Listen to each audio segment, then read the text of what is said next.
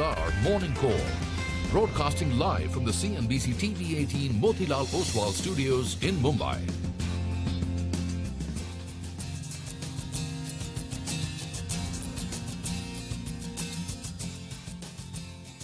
Good morning. You're with us here on a fresh new edition of Bazaar Morning Call. It's a Wednesday morning. I'm Prashant. With me, my colleagues Sonia and Nigel, and we are coming to you live from the CNBC TV 18 Motilal Oswal studios. Guys, hi, morning. Hi, good morning. And it's been a couple of good mornings for the bulls as well, right? So looks like today won't be too bad either.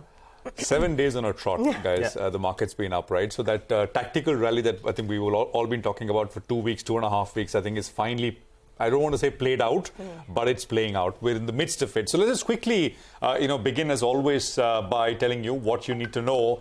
And what you need to know, of course, begins with what happened overnight, which is, of course, the U.S. markets. Now, it was a flat day for U.S. markets. The S&P actually ended unchanged. The Nasdaq was down about 0.43% or so.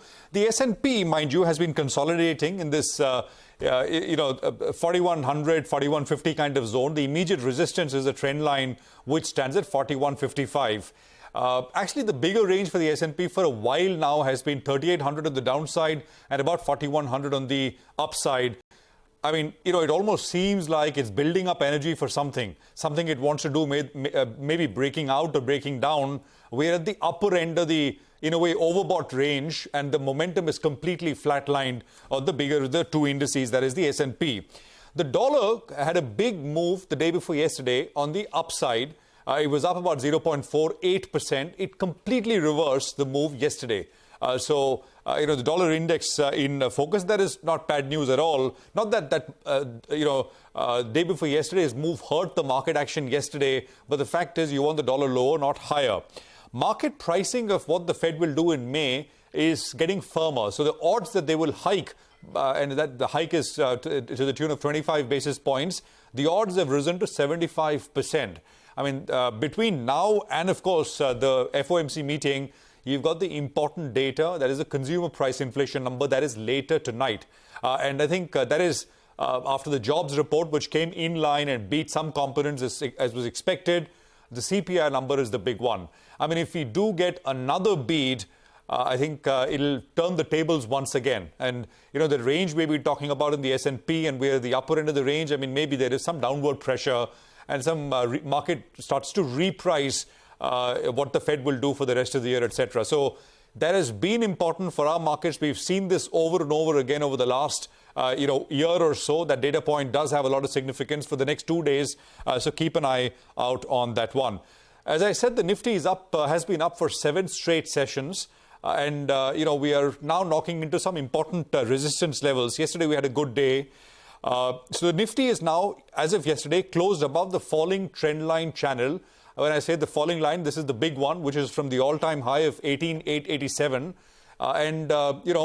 It meets the Nifty at 17,685. We left off yesterday at 17,722, which is not very much above the level, but it's a comfortable close nevertheless. So it's good that we've closed above this channel. The 50% retracement of the entire fall is 17,857. This is the same level we put out on Monday as well. So that's the next big resistance to watch out for.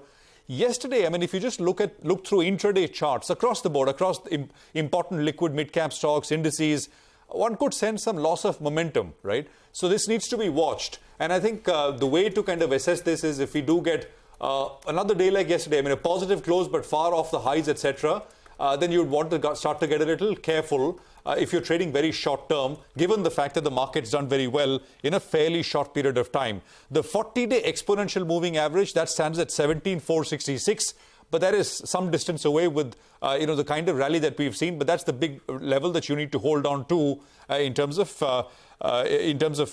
supports. On the Bank Nifty, the index has broken past the falling trend line from the December highs.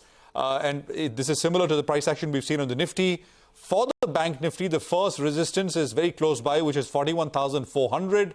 We're about 40 points away. The 40-day exponential moving average for the Bank Nifty stands at 40,574, which is the level which needs to be defended if there is a bit of a reversal. But in the very near term, after 7 days, a very strong up move with the US CPI data right in front of us, maybe, and if you've made money, better to protect the gains and not risk it all. Be a little cautious. as you start to look at. Just watch the screen and let the market tell you what it wants to do. In any case, I think in the second half of the day, as we get closer to a close, I think the market will get a little cautious and pull the brakes on the rally that we've seen for the last 7 sessions now. Sonia. Oh, absolutely. And, it's been a good rally under our belt, right? You spoke about 7 days. The Nifty is up about 4.5% from the lows that we saw on the 24th of March.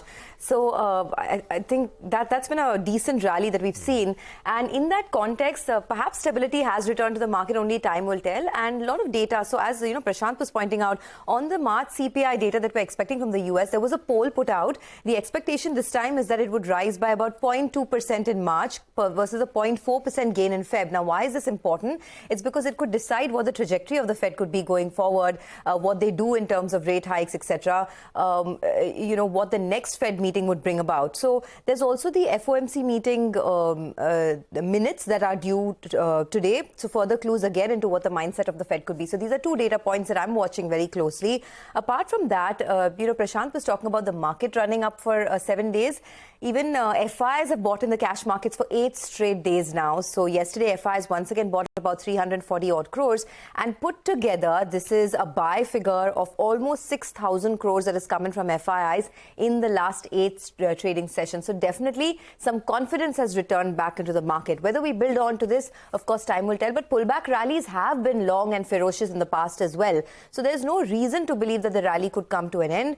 TCS earnings later today. I think this will be the last press conference that Rajesh Gopinathan will attend. So in that context, a lot of the focus will be over there. But growth is expected to be slower than Q3. Hardly a 2% dollar revenue growth is what the street is expecting. I'm looking out for commentary on deal wins, commentary on what the succession plan would be, the continuity of the organizational structure, etc., post the resignation of Rajesh. So all of that will, be something that the street will track, but that comes out at 5 p.m. And then you also have the March CPI and the February IIP data that's awaited later today. It's also important, although the RBI has already given its verdict with a pause, but this will be important to track. Retail inflation is likely to moderate in March to about 5.6% versus 6.4% month on month. So that's the CNBC TV18 poll. So these are a couple of things to track. Of course, the market has had a smooth run. Let's see if we can build on to its gains. What are you looking at? There's been a lot of short covering, right, in the F&O market? That's been a lot of short covering. And, the entire trade setup is perfectly positioned for the Nifty to go to 18,000. Whether we go there or not, that's questionable. But provided we hold on to that 17,500, the setup is such that we're going to be heading towards that 18,000 odd mark. Let's get the ingredients in place. Later this evening, as Prashant said, you have the CPI data. The hope is that it'll be favorable. You don't get any shocker coming out from TCS as well as Infosys because the street just going by the stock performance, they're not expecting anything great out there. So you don't have any shock on the numbers, you don't have any shock in terms of the commentary as well. And the FI positioning, even after this short covering, they're still pretty much net short on the index. Even yesterday, on the Nifty itself, you had a big short covering bounce that played out. Though on the Nifty bank, the shorts still seem to be holding on. Now, the FI activity is quite encouraging because, as Sonia said, they've been buying for the last 8 sessions odd. They haven't sold, in fact, from the 27th of March itself. And in this period, the Nifty is up by close to around 5%. The FIs in the F&O market, well, their net short positioning has halved. We were talking about 1.5 lakh contracts net short. That's come down to around 60,000 odd. And even in trade yesterday, they covered close to 18,000 short contracts. And that's not a small number. On a day-to-day basis, they're covering 15 to 20,000 short contracts. The short positioning that was at around 92% has come down to around 72%. So that's massive. And now the short positioning, that's a net. The shorts minus the longs, that's come down to around 60,000. Just a few sessions ago, at the start of the series, it was at 1.4 lakh contracts. Bulk of the short covering, as I said, has been seen on the Nifty futures. So that's telling you the shorts are still sitting in the Nifty bank, which could give you reason to move higher. Moving to the options data, well, they bought puts yesterday, the FIs, but they wrote puts as well very, very aggressively. And both those two strikes, imagine in a single session, close to 1 crore shares getting added at around 17,700 put. That's telling you very, very aggressive writing is what we're seeing at those levels. So let's get to the levels first. Resistance, well, it comes around the 100 DMA, which is closer to around 17,900. On the downside, the 50 and the 200 DMA, that's around that 17,500 to 17,550. 180 points lower from here, so crucial we hold on to those levels if we want to go and visit that 18,000 odd mark. The Nifty bank as well, yesterday we saw signs of writing. 41,200 put was very active out there. The premium came down to around 100 rupees odd. So holding on to 41,000 will be rather important. And let's give you two big levels out there. The 50 DMA, which is a fair distance away from here, but now the bulls have their eyes set on around that 100 DMA, which is at around 41,700. Nifty Bank gets to around 41,700. We make a dash towards that 18,000 mark. The ingredients are in place. Let's see whether or not we can do it in this series itself. All right. By the way, we're also wishing Nigel a very happy wedding anniversary today, celebrating his 8th anniversary. Thanks a lot, Sonia. Thanks, Prashant. Good day. I mean, my wife's Punjabi, so today was the big Gurudwara function. So I'm very happy, and I'm going to take her out for a special lunch today. So. Okay, forget about the lunch and all. What's the marriage advice, guys? I mean, Prashant, I'm sure you're a veteran in this arena. I'm tuned in now.